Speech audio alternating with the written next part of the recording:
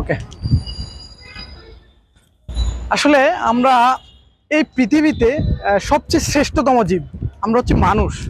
এই মানুষই হচ্ছে সবচেয়ে, এই পৃথিবীর সবচেয়ে ভালো, আবার হচ্ছে যদি আমি উল্টো দিকে বলি সবচেয়ে নিকৃষ্ট এবং খারাপ।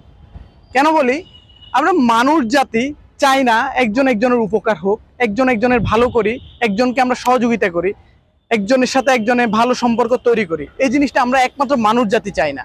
আর অন্য কারো তো ওই রকম, অন্য যত প্রাণী আছে এই পৃথিবীতে সৃষ্টিকর্তা সৃষ্টি করেছেন, তাদের তো ওই রকম আমাদের মতো জ্ঞান বুদ্ধি ওইভাবে দেওয়া হয় নাই। একমাত্র পৃথিবীতে মানুষকেই এরকম স্মৃতিশক্তি, জ্ঞান বুদ্ধি, বিচার বিশ্লেষণের ক্ষমতা দিয়েছেন একমাত্র সৃষ্টিকর্তায়।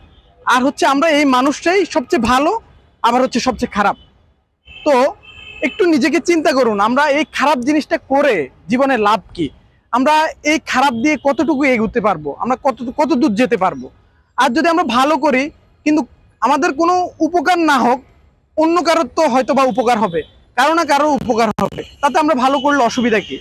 তো আমি মনে করি আমাদের নিজেদের চিন্তা করা উচিত, আমরা আসলে কে কতটুকু করছি, কে কতটুকু এগোচ্ছি, কে কতদূর যাচ্ছি।